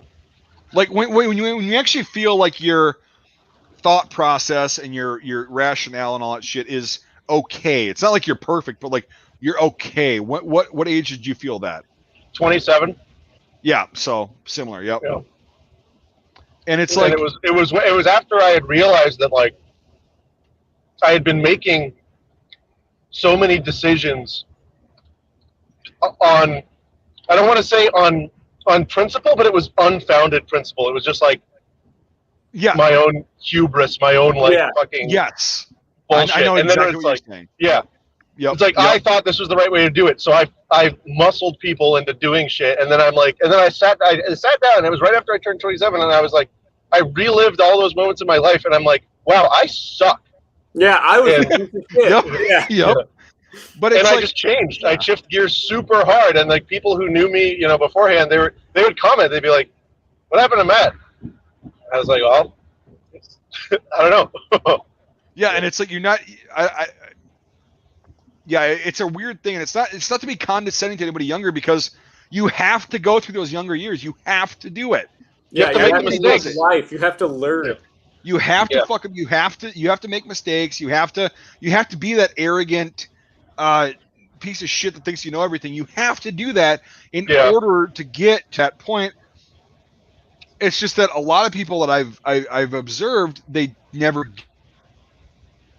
Uh-oh. It's that time of night. Oh no. It's a scary that time of night. It happens every stream. How long is this one gonna last? Yeah, that's what I told you, Matt. My internet. Welcome back. My internet is awful. I'm gonna what are you on, like the satellite or something? No, I'm dial up. Another rant. It's not dial up, you fucking Pretty cunt. close to it. No, it's not dial up. Internet. It's not dial up. It's fucking CenturyLink rural. And he just froze. Okay, cool. I don't feel as bad. You know what? I like having good internet and like a webcam that works real good. It's appreciative. When the apocalypse hits, you're in a fucking. Or maybe he just got Hillary Clinton. Oh no, he's fine. No, he's good. Okay. But it is what it is. To back you up, like getting your ass beat a couple times it'll teach you more than everything else was essential combined. For me. Yep. Oh yeah, no, getting hurt, losing people. Yeah. Not necessarily through death, but like through your own fuck ups and causing people to not be around you and away, thinking about that. Yeah, thinking about that and taking the time to really take it in. It's necessary, and it doesn't have. You can't speed run that shit. It's gonna just happen. It's a slow burn, and it sucks when it happens. But you grow from it, like you really do. It's and the longer you live, like I'm sure in 10 years. I'll be saying, Jesus, when I was 30, I didn't know shit, and I'm not claiming to know shit now. But it's like, you just keep growing, and it's all part of the process. But like, honestly, and I knew this at the time too. Like, it hit me about 23. I'm like, fuck, I don't really know anything. What the fuck are you flashing me for in this traffic jam, you piece of shit? Oh, I hate that shit. Oh, Oh. But yeah, but like, or if you are, if you're listening and you're a younger guy, be offended. It's okay. Like, yeah, be offended and especially when you're under 18, nothing fucking matters. Like, no, it doesn't. And it's like, do what you gotta do, man. Do what you gotta do. And yeah, I mean, here's the thing: is like everybody's like, oh, do you have regrets in life? I'm like, no. If I could go back in time and do things a little bit differently, some things, yes, but overall, actually, no, because I wouldn't be even half the person I am today if none of that shit I would have fucked up happened, And it actually is better. It's so fucking weird, the human experience. But, I mean, that's really philosophical. What, just Devin fucking go take a shit? I'm right here, don't worry, I'm here, I'm listening. Go pinch the fucking... I mean, like, I've been... And also, like, in being in the practice of law, I've been on the other side of a courtroom. That, and that might be why I, like, am so passionate about civil rights, Well, right. And that's the thing is, like, yeah, and then you have that perspective, too, which is what makes you better at what you do, because you don't just have one perspective. You don't just have, oh, well, you went through undergrad and then you went to law school and all that shit. You've experienced the actual system and how it is and how it can be, and that, and that's invaluable. So it's everybody's got different experiences. Everybody will have different experiences. It's just like, use your experiences, good or bad, to become the best version of yourself that you can possibly be. Learn from everything and try to be a better person. Right, and I mean, better is. Check this out. I know you said you don't want to get philosophical, but there's a really deep philosophical musing that I like a lot, and it's about the difference between progressives and more. I don't like the word conservative, but more conservative, sided. Yeah. I hate the word conservative because there's no ideological basis for. And then, but you also can't say libertarian because everybody's like, oh, the LP, which is fucked up. But like, and then here's the other thing is like, I view myself as a constitutionalist, but again, Timmy McVeigh in Oklahoma fucked that term over because he blew up a fucking federal building because he was a constitutionalist. But I would view myself as a constitutionalist. Oh shit, he's cutting out. You all right? He's fine. Yep. Nice. Is that my internet? No, it's him. Jesus. Am I good now? You're good now. You're good now. But anyway, yeah. So I know what you mean. There's the progressives versus. Basically, I'll say. Oh, he's cutting out again. Shit. As long as he can hear us. Oh. No. He cut out hard. Yeah. That's all right. Yeah, I would say no longer conservative. I would just say American. That term. I tell people all the time, I'm like, Americans got to be more like how they were. Yeah. I talked about it on my stream too. I'm like, whatever happened to like Americans tried to pass a tax on something and they literally marched on the White House. Yep. Yeah. And I mean, I talked about how like the French president, all right, he didn't even do anything wrong. Nothing wrong at all, but because people were slightly upset with him, they threw a bathtub through his window because he wasn't doing good enough. Talking about Macron recently? Whoa. Yeah, this is pretty a couple of years ago, I think. And that's the thing. So, Matt, we were saying is I would say the term like overall in what you were saying and what I understand it as is American. And that's Devin said we should go back to being the way we were before what you said, where we it was that phenomenon, that anomaly that happened, where it's like, no, you're an American. If something pisses you off, you fucking go out and you fucking make a difference. You don't just sit there and screech about it. Yeah, you throw a bathtub through the president's window. Well, and you do it in a humble way. Right. By making the greatest culture in the world. Yeah. You're like also the most humble people in the world. Yep, and that's the thing is like so the whole idea of the United States was, you know, and again the memes and all that shit was don't tread on me. But that means leave me the fuck alone. I'll do what I do. I won't hurt anybody else. I won't bother anybody else. I just want to be left the fuck alone. Don't tread on me. Right? Like that's literally why that was a thing in the revolution. No crime, basically. Yeah, exactly. And that's the whole American. That's kind of the culture that it was. Right. So to relate to what we were saying about developing, so I'll say the word. So the progressives think that, at least from how I understand progressive philosophy, that the individual is born perfect, right? And then society comes and corrupts it. Whereas an American would think that when every individual is born, he or she is dealt 5 cards. And the purpose of life is to play those cards the best way. Play the cards the best way you could see fit. Yep. What? Fuck. No, you cut out again, but yeah. So they're dealt 5 cards. They got to play them the best way possible. Right. Yep. And that's how I've always dealt my life, you know, because, you know, some people are born with horrible disadvantages, but they can play their cards and run a hell of a life, you know. And that is the thing that is possible in the United States. That's the thing is like, this whole equity versus equality thing is like, I appreciate the equality of opportunity. And he cuts off again. Shites. Right. He's doing fine. We're just getting into a fucking great talk. The equality of opportunity. Well, I mean, to be fair, I'm getting the best of both worlds. I haven't had any problems yet.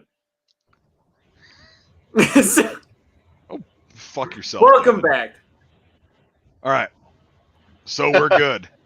All right. So yeah, but no, I totally agree with you. That you put it that way is, but here's the thing. Along with that, getting dealt cards means you have to take responsibility for your actions and you have to take responsibility for how to play those cards. Yeah, it also depends on what game you're playing. Because if I have a blue Uno reverse card, that really sucks in poker.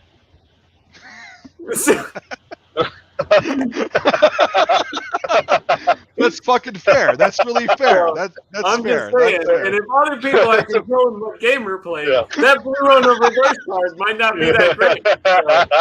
I won't give you a lot of credit, Devin, but that was fucking brilliant. Okay, you're right. That was pretty good. That was pretty decent. That was good. That was good. Because I feel like I got a lot of blue Uno reverse cards, and they're not working out so hot for me.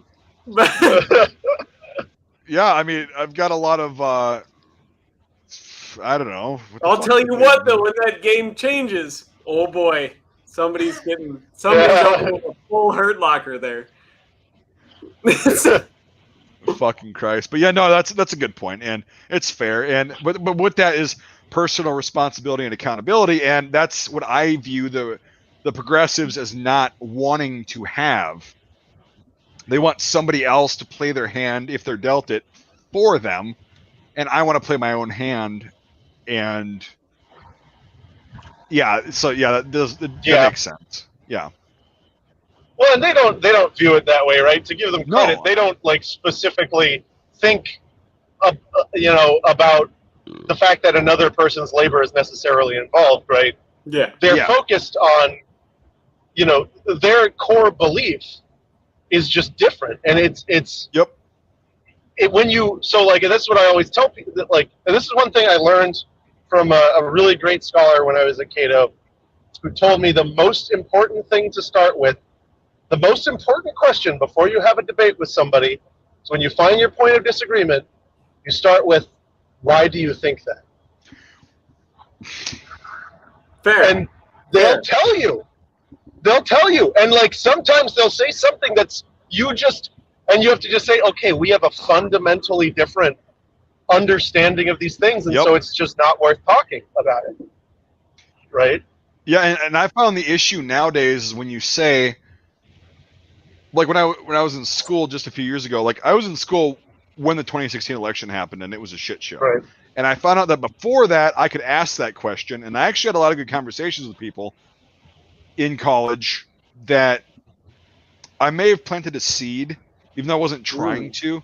And it wasn't a hostile thing, but I literally led with that question. It was like, okay, well, why do you think that way? Right.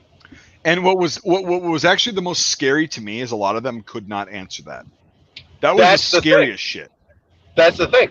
Right. So many people, because guess what? That question is missing from our discourse. It's just gone. It is. We go straight into, gun rights argument number 2, anti-gun argument number 3. We'll counter that with gun rights argument 7. Yeah, well, why? Yeah, exactly. So why? Yeah, if we can sit there and just say, what? And I've had so many great conversations with people about gun rights, and it's because I think, and I've preached this, the best thing you can do to be a gun rights advocate is to be friendly and smile at people. Yep. Yeah. Right? Try to and be so I'll just be talking, and they'll be like, oh, I've never met a gun guy who kind of acts like you, and I'll be like, yeah, so, I just, I think you're really intelligent, and I want to know more about what, you're doing. I just need to understand, for example, why it is you think that, red flag laws are a good solution. Why you think the way you do. Yeah. And I do that all the time because my boss, so I'm a vice president of a company, and my boss is Mr. Big Shot over here. Really, really anti-gun and super socialist, and to the point where when he drew up my contract for me to work for him, and I'm the only one, and I've checked the contracts because I have access to that as vice president, I'm the only one that says I will not carry a gun at work. Wow. Yeah, because he's that anti-gun, and I thought during 2020 at one point I was like, I will sell you a gun if you want one. I'm like, I will sell you one, and I was trying really, really hard to get him to buy a gun, and that close. I got pretty close because I was talking to him all the time about it. It's something we get contested about all the time. So, but close. Yeah, and that's the thing too. Is and it was also it's a good thing also to argue, or not argue, but debate these people, because you get the strategy that they use. You can use it against them. Yeah. And one particular one that I used against chick that was, we were out, I used to smoke cigarettes on the reg, and we were out in the smoking pit at school, and I was sitting there, and she's a psychology major, and there's a group of them. She's talking about fucking abortions and shit like that, and I'm like, well, is it really that black and white? She goes, it's my body, it's and you're and blah blah blah, but it was she goes,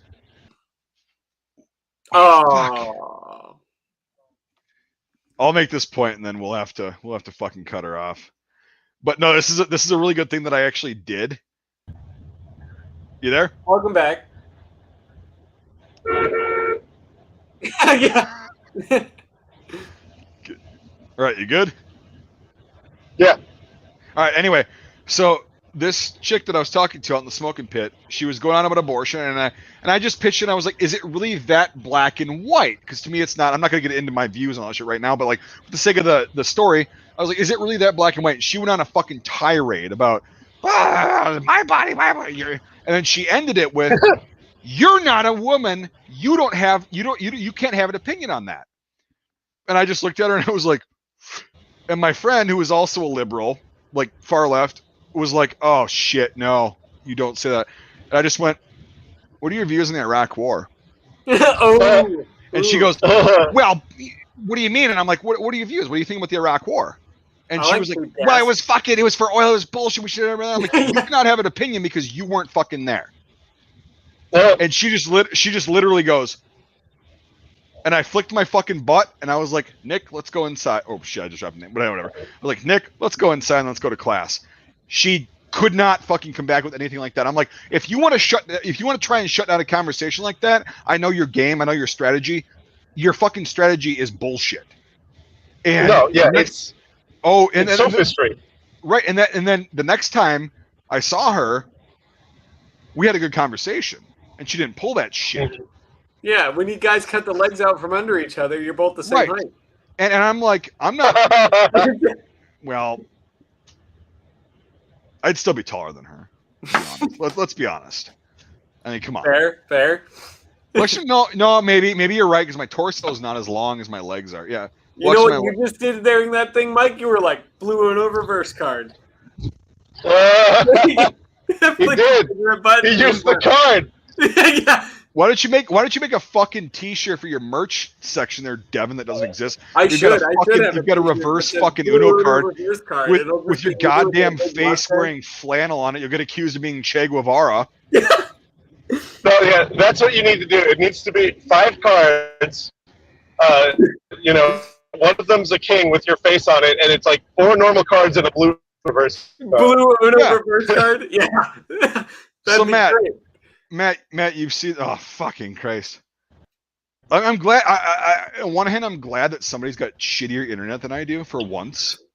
For once. I'm really glad. And he's frozen, so he's not hearing any of this, which is the best. Right. So he talks shit about him. He can go back and review the stream if he fucking wants. But, yeah, I mean. Yeah. No, that's some good shit. I want a T-shirt now that has that on there, like me with my Stalin mustache when I used to have it. No, seriously. Do you know how many fucking people every fucking day comment with, "Oh, great, a communist gun channel," and I'm like, if you're too fucking vapid to figure out that Che Guevara never had a double chin or rocked flannel, I don't want you watching my shit. Like, I made that photo as a fucking mockery of that piece of shit. Yeah. And if you can't see that Shay did not have a double chin, that's the main thing. Like, I forced it. Like, I have a double chin, but I forced it on that picture that we took in the shadows. I forced it so it would be very out there. And it's like, but that just proves my point of why I made that photo is like, people look at that and they're like, oh, that's it. Face value. They're not like, well, that looks like a very fat version of Shay and he's wearing flannel. What the fuck?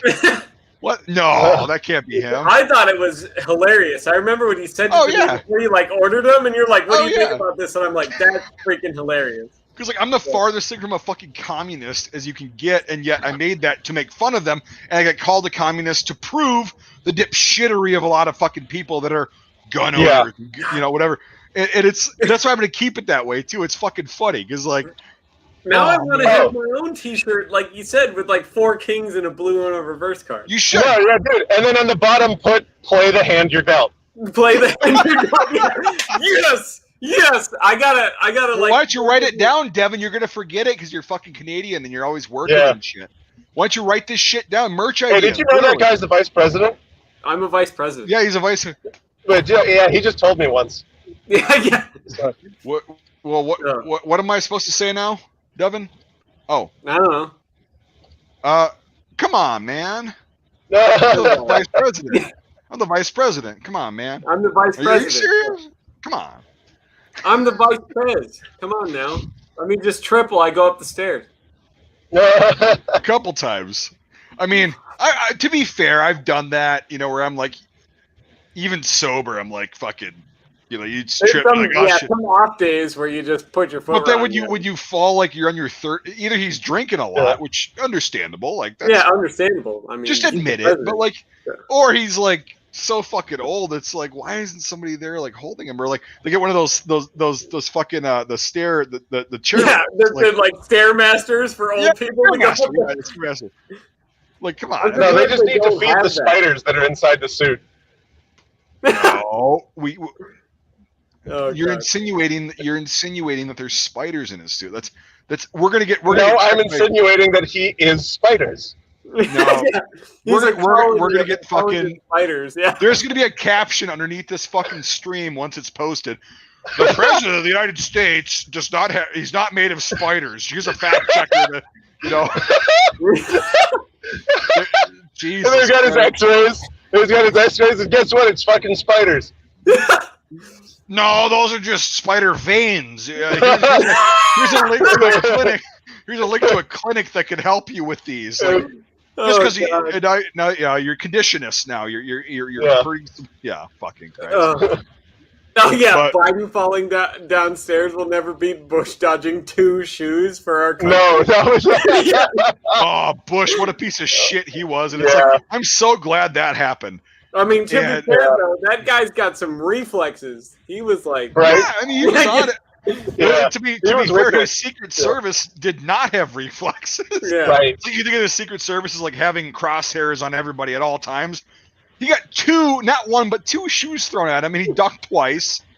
Had that been a hand grenade, he'd have been fucked. Yeah, fair. You know, like, it's like, good God. Good job, Secret Service. But, no, I'm just fucking with. But, dude, hey, Matt, thanks for coming on, man. This is a great fucking stream, actually. This is a lot of fun. Yeah, it was. And I think there's a lot of people watching. Likewise. Yeah. So, yeah, if you have not already. What's our head count? Well, 58, which is actually pretty average for, But, so if you have not already, type in, I will have a link in the description of this video. If I don't, I actually do already, but if you can't see it, it'll be posted. Go subscribe to Fudbusters. Awesome name. And he actually says a lot of shit that I want to say, but he's very less abrasive and more analytical about it. So if you want to understand a lot of what I've been talking about with my semi-political videos or, satirical videos, great content. He's going to be coming out with more.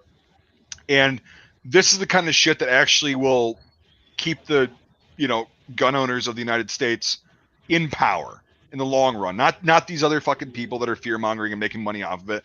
But that's the kind of people. So this is the future. Go subscribe to his channel. I'm on his fucking Patreon as well. We've got some cool shit in the next few years ahead of us. So don't get black-pilled about the current situation right now. Right now it sucks, but yeah, it's gonna be all right. We're gonna be okay. So, yeah. So Fudbusters, and then this guy that wears the flannel. Don't subscribe to his shit, Devin K. What a fucking Canadian turned American pose. Don't ever fucking subscribe to Devin K's channel because he doesn't have anything worth of value on his channel like at all. No, I don't actually. Yeah, pretty much. About helmets and shit. When I actually want to make a video, I actually contact him about helmets and go, "Yo, how did this go? I'm gonna make a video." So, I mean, don't ever. Yeah. That's right. Remember, if you subscribe to me, you're racist because I'm Canadian. So. Canadian race. Thank you guys so much. Yeah, Matt. Hey, hopefully you'll be on again. This is a fucking great stream. So yes, it was. Appreciate it. Anytime, brother. Anytime. Yeah. All right.